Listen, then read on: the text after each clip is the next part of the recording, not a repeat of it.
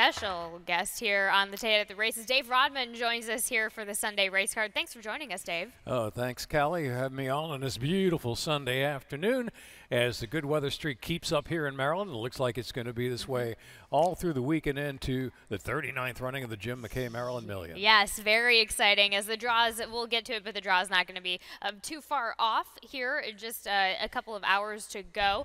But track is fast, turf is good. Did you notice any biases from the week thus far that we've been having? I haven't seen too many here at Laurel Park. Been pretty honest racetrack as far as I can tell. Okay, perfect. Love that answer. Let's get right to it, shall we, Dave? Let's start things off. Of course, we're off the turf today. We're going to start, but it leaves a lot left here to kind of sift through. Talking about that first leg of the early pick five, of course, low industry takeout, that 12% takeout here in this claiming 20,000 off the turf event for the 3-year-olds and up, which have never won 3, going 5.5 on the dirt. Scratches in the 2, 3, 4, 5, 6, 10, 12, 13, and 14. Dave, you and I land on Incinerator. Let's take a look at exactly why, and let's go ahead and look at that effort last time out. A win at Colonial here, now in the barn of Kieran McGee. Yeah, this is an Arnold Delacour's barn. A win over Tall Order, who's out today in today's opener as the race has been taken off the turf.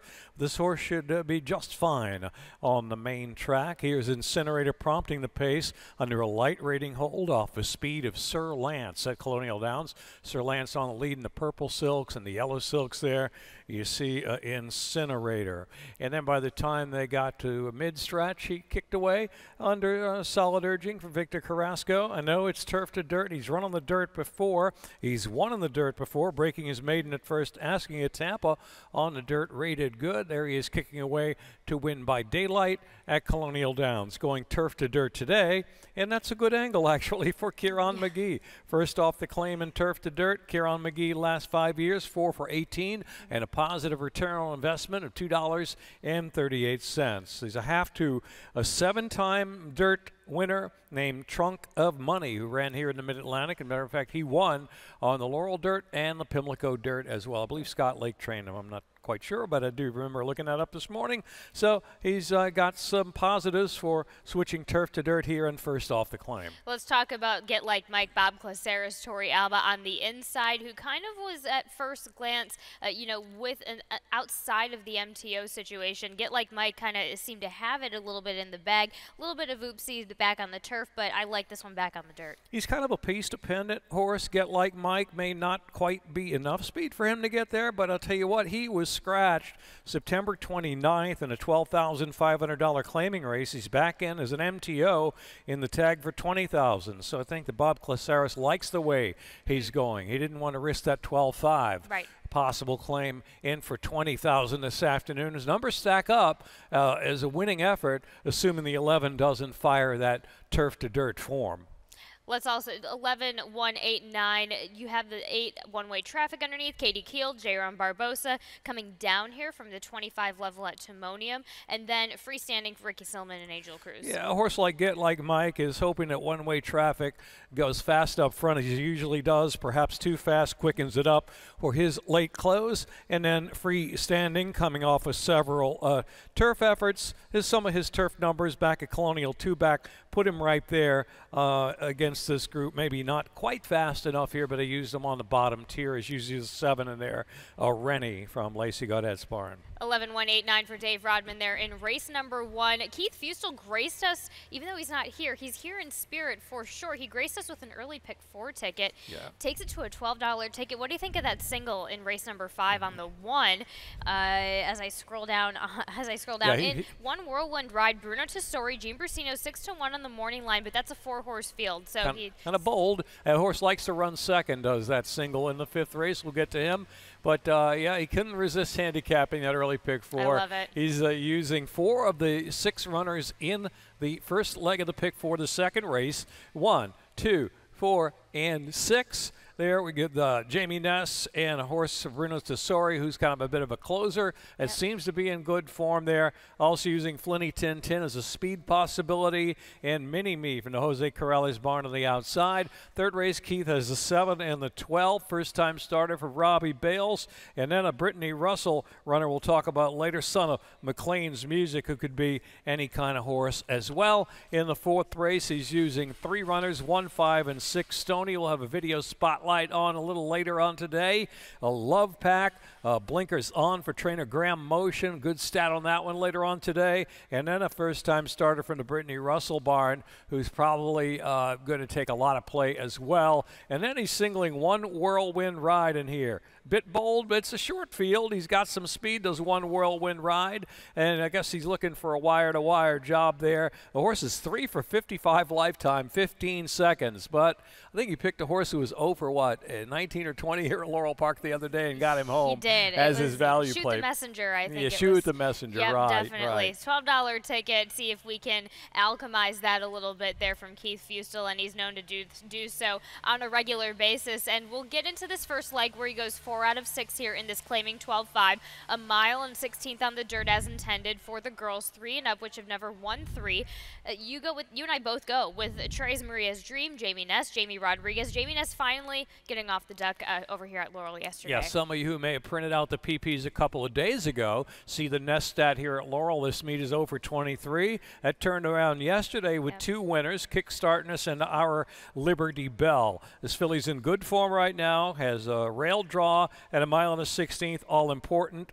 Not a lot of speed in the race with the exception of Flinny Tin Tin, and she has numbers to boot to win. She beat a horse named E.M.'s Treasure Girl 2 races back, who since that runner-up finish November 25th at Tampa last year has been 1, 2, 3 in 9 of her last 11 starts. A very consistent filly. She beat there. Numbers about the same, turf and dirt. Won a race taken off the turf last time out, and maybe can carry on the form today. 2, looking for water. 2 back. Good win. Opening quarter 24.5 and 49. It was a bit contested up front. The pace kind of fell apart, but this horse settled quite nicely for the rider. Bruno Tessori, trained mare, looking for water, settled in her light rating hole, was 3 wide, rallying on the second turn, and went on to win by daylight. So maybe she's not as pace dependent as you're thinking here. She seems to be okay right now. 4 in here, Flinny Tin Tin. Could she be the speed of the speed in this spot? She did it at Timonium, gate to wire, beating a couple of closers in there in Search and Fonzalo in number 6. Mini Me going to be my 4th selection in here from turf to dirt for trainer Jose Corrales. 1, 2, 4, 6 for Dave Rodman there in race number 2. We go ahead to race number 3. We can dive into this one on this maiden special weight off the turf event, going 5.5 for those 2-year-olds. Oh, but that also starts the Rainbow Pick 6. Let's just brush through my ticket really quickly. I believe, yes, $19.20 ticket. I go 3 wide on this maiden special weight. Didn't really want to find a single on this ticket, to be honest. So I go 2 deep the entire way down. Race number 7 to me gets pretty interesting, going just ticking through the rest of the card. Race number 6, that Jackpot Super High 5 race held up together pretty well. I think that one's going to be interesting as well. And a $19.20 ticket, as I mentioned, starts here in race number 3. I go 3 wide in this first leg in this maiden special weight, as I mentioned, and off the turf event going 5.5 for these 2-year-olds. Scratches in the 6, 8, 9, and 11. You have the number 12 on top. Daring Venture here for Brittany Russell. Victor Carrasco gets the call. Okay, this is a pick your angle race. Right. I mean, there's so many horses with had excuses maybe, and debut run, a first-time starter I'm using on top in here from his Ellen Charles Hillwood stable, colt by McLean's Music, who's 15% of the winner's circle. With his first-time starters, anytime he has a winner, they're usually pretty fast from the gate all the way down to the line. Bullet Work at Fairhill, September the 20th. That was 1 minute and 2 breezing from the gate. Equal Bullet Work to a horse named So Darn Pretty. $228,000 yearling who ran up in New York a couple of days ago, debuting on the turf for Brittany Russell, had sharp speed and took it a long, long way in a really salty maiden special weight field up there in New York. So I think this colt has a bit of talent in here, but there's some other angles in here. First-time starter, 7 Slam Notion out of the Equibase Stats Raceland Green Circle mare Balestra. She's produced 2 debut winners. Keith looked that up this morning and tipped me off to that. Also a half colt, a half brother to Boppin' and a Weavin', an 11-time winner and a 6-time winner named Subject to Change. Robbie Bales has 2 in here. Number 9 Kongji as well. It's 12-7-9-2. Should be my pick scenario. I may have mispunched there and not included the 9. Oh, the 9 is a scratch, unfortunately. Oh, it is. It is. Yep, must have been a last-minute scratch that we missed. Okay. It happens. It definitely does happen. Well, anyway, getting back to the scratch runner. Yeah. I put that horse in the stable mail this morning because I think he's going to be okay with the blinkers on the turf going long. A little future cast. There we go. There we go. Keep an eye out on that scratch that we've got there in the number 9 in Konsgi. There we go. 12-7-2. You went Tromby. Okay. I mean, I like this horse a little bit if it were on the turf still, but he still might be okay, right? I mean, he had even pace running style. He did. When finishing third to Say Me True there. Stumbled at the start, had a little bit of an excuse. Couldn't really kick in the stretch, but maybe that stumble took a little steam out of him. He had to be used a little bit early. He's got kind of an even pace run, maybe third in the cycle here. His numbers improve first to second, maybe a little more jump up for him. He's a McLean's Music as well. Amy's Music.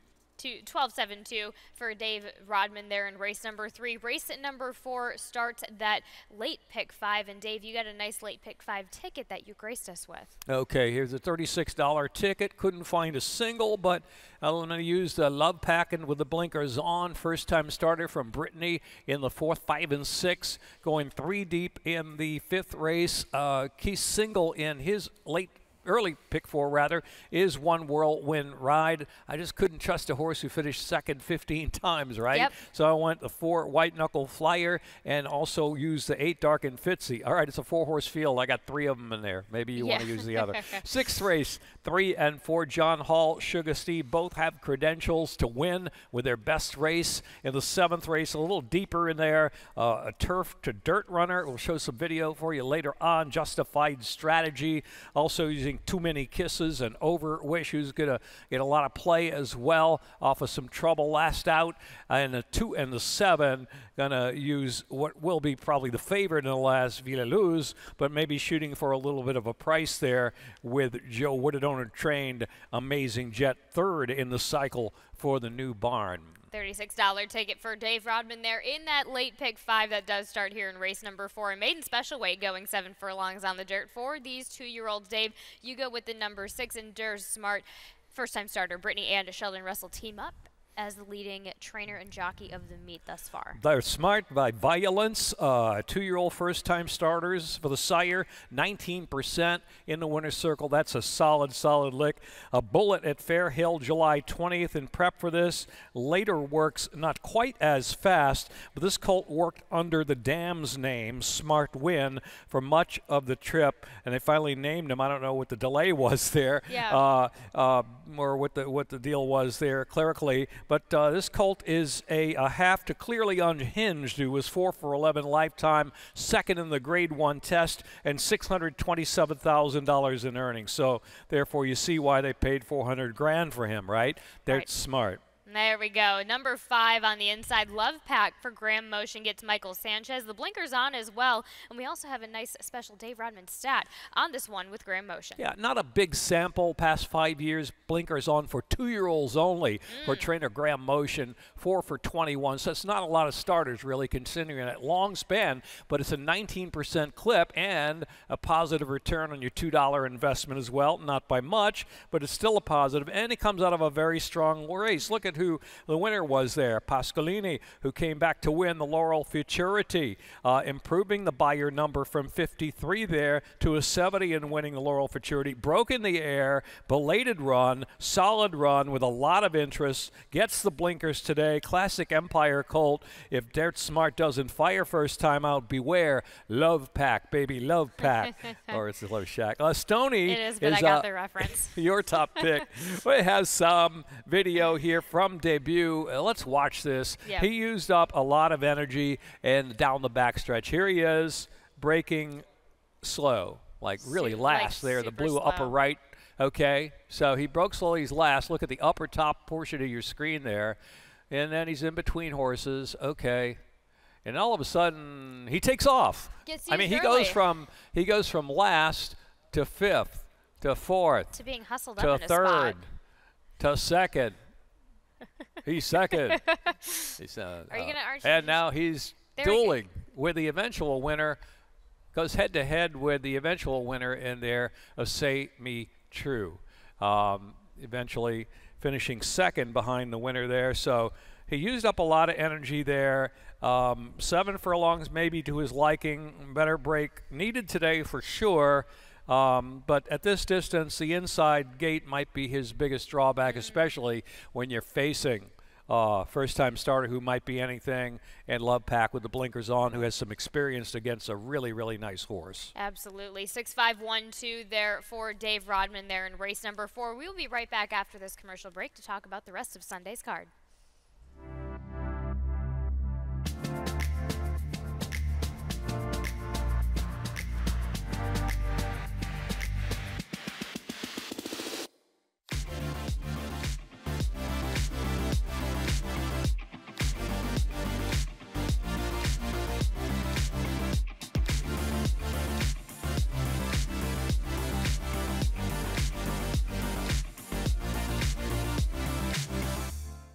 And we're back here in race number 5 at the beginning of that late pick 4 here in this off-the-turf starter optional 20,000 event. Going 5.5 on the dirt for the 3-year-olds and up. Scratches in the 2, 5, 6, 7, 9, 10, and 11. We both land on White Knuckle Flyer here for Phil Capuano, Forest Boys. Yeah, this is one of those 10:28 p.m. picks where I have nothing else to do except go back and look at this mare's form on the dirt. Sprinting. And here at Laurel, she has won 2 races at 5.5 furlongs on dirt here at Laurel in her life out of 4 lifetime wins. And could get a good setup, even though a short field today. His Big Hambone is going to provide a good pace, maybe Dark and Fitzy, but Big Hambone will be rolling out there. One whirlwind ride, probably with some speed either on the chase. I just think it's going to be, could be set up city today for White Knuckle Flyer here, and went with this horse on top. Couple winners, couple wins on the dirt, taken off turf. Maybe why not again today? Yeah, why not? Pretty straightforward there. Anything you wanted to mention on the number 8, Dark and Fitzy for Ricky Silliman and Javian Toledo? Well, I mean, I have a horse of decent fig at Tampa, but that was on the turf, going long with a 23.47 on the grass there. You know, he's likes the lead. You can see that. He likes to run up front. And his 5.5 furlong race here at Laurel back in 25 non-winners at 2 in August. Yeah, he was on the lead on the grass in 22 and change. So I think he's going to go. I mean, what other option do they have in this spot except chase maybe Big Hambone? Exactly. 4-1-8 for Dave Rodman there in race number 5. We'll go ahead to race number 6 in that jackpot super high 5 in the starter optional, claiming 20,000 on the dirt as intended, going 3/4 of a mile. Scratch into 2, Lafitte's Fleet. You have the money on the number 3, John Hall. I love this pick here in the barn of Jose Magana. Gene Brasino gets the call. I could have gone with the 4 on top there. Sugar Steve will talk with him in a we'll show you a stat on that in just a little bit. But John Hall in here has good credentials, having run against the 4-5 favorite Sheriff Ronnie last out here at Laurel Park. The streaking Circle P, who went 10-2 and turned it around after time away from the races. He was his old Circle P self and a winner out of that race as well. Play Like a Raven, who was off the board, actually third in that spot, came back to win solid on the off, going a horse with a bit of sprint talent and well from the Brittany Russell barn. And in 3 back, Sugar Steve only beat him by a nose in a race won by Bandcamp, who's won, what, 7 of 9 this year, something like like that. 7-time winner this year is Bandcamp. So I went John Hall in this spot. Could have easily gone Sugar Steve. Yeah, why don't we talk about Sugar Steve? Let's go ahead and take a look at that effort back on the August of 11th at the starter optional, this kind of level here at Laurel, course and distance. Yeah, this is 3 back.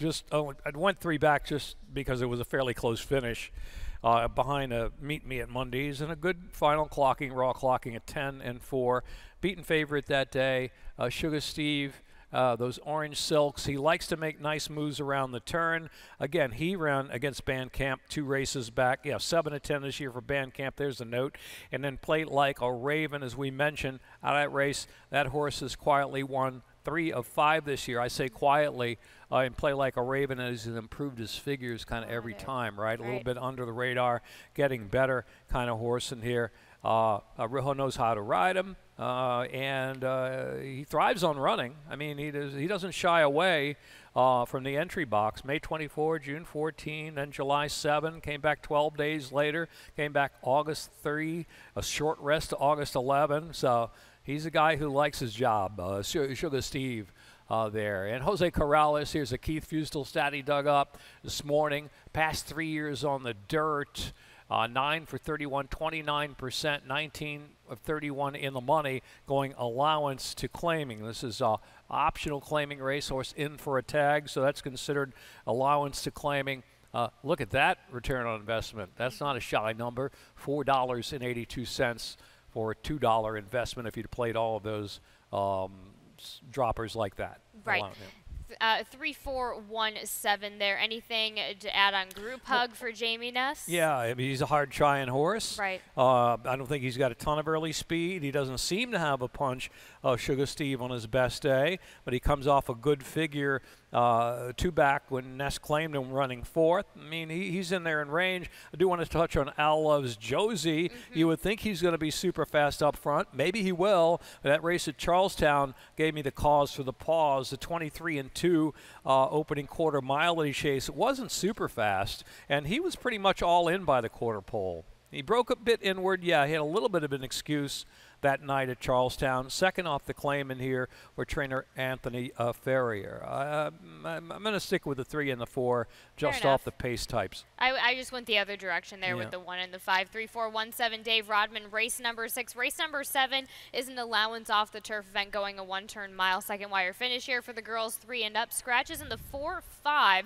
5 is a late scratch here in race number 7, and the 7 and the 9. So 4, 5, 7, 9 are scratches here indeed. Let's talk about the number 10 who you have on top here in Too Many Kisses, Tim Keefe, Forest Boyce. I like the fact that this one gets back to a 1-turn mile. I think this one will really enjoy it. Yeah, the line done for a turf race. I wouldn't expect anything like 10-1. In fact, I made her best play of the day. Too Many Kisses, coming off a solid sprints.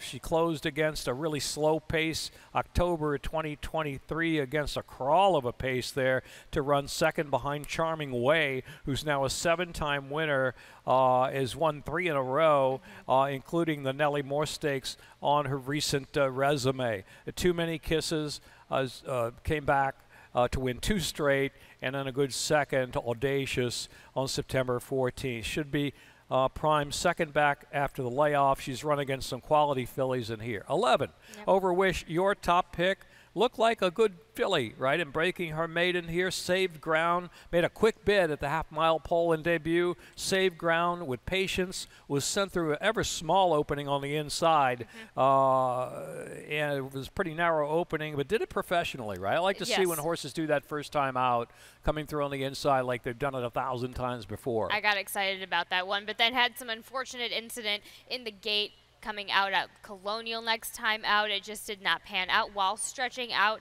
to the mile distance. So they tried the mile, but it's going to be, they're back on the home base here, and I think that might be a big help. Yeah, had trouble, fractious in the gate, broken a tangle, but yet rallied as a favorite to finish second behind the 11-1 winner there in Runway Diva at Colonial Downs. Let's also talk about and look at number 8, Justified Strategy for John Service. Jamie Rodriguez gets the call today. We're going to take a look at this trio from last time out. A Justified Strategy was a bit reluctant to load this particular day. minus the rider. The rider jumped off. They put him in the gate. In behind some mild traffic, I thought, in upper stretch. Found a split. Overcame a bit of adversity to get up gamely to nab the place there. The Justified Strategy. Winner draws away Juniper Juice. But here's Justified Strategy there to get the place after a little bit of traffic trouble. So it clearly could have been maybe a daylight second in that race.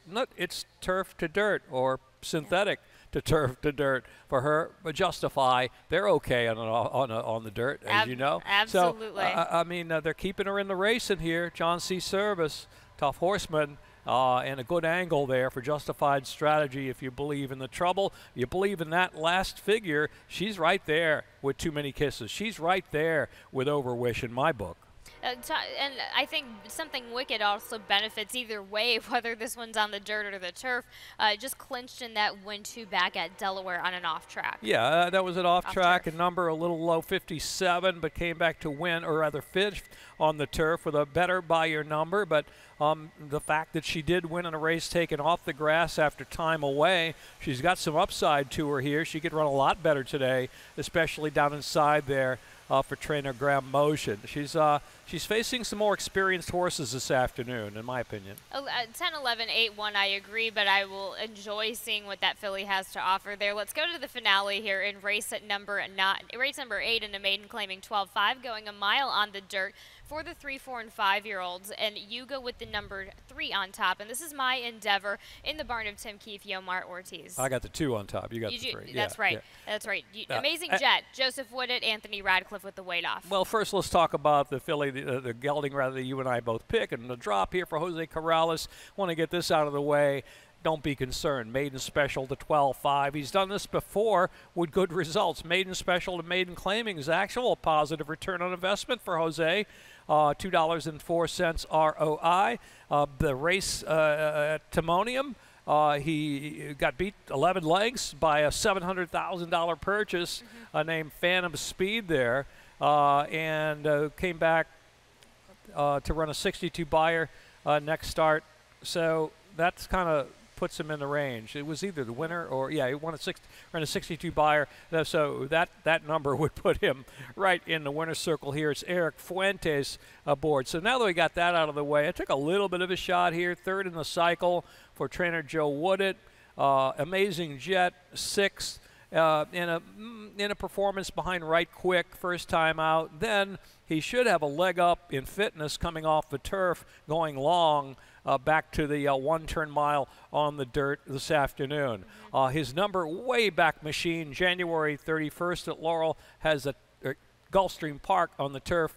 Is the actual Dave Rodman Dog Fig top number. There okay? we go. So I had to sneak that in there. Yeah. I mean, at that price, I got to use them. I used both to close out that late pick 5. 2, 7, 3, and 4. Yeah, what about My Endeavor, right? 4 times second out of 10 starts. Not much excuse behind Minimo except for the stumble. I thought he ran a little bit better than that, even with the stumble at the start. But then he chased 2 back Chinny Tin Tin, a lone lick at Timonium. So, he's knocking on the door. Yeah. Then again, Amazing Jet's over 17. So, so maybe it might be the race obviously going through the dropper here. Jose Corrales with Villa Luz. There we go. 2, 7, 3, 4 for Dave Rodman there in the finale. Let's go and dive into those picks. Let's talk about race number 6 because we're going to start with a couple of different opinions. Keith gives a best bet in race number 6 on the 9-2 Sugar Steve in the horse number 4 there. But yeah, so we went through the stat. The stat kind of is saying, is kind of right in your face about this drop down. Didn't get the best track for this one last time out, but kind of an obvious horse, a little bit of an obvious horse to go for.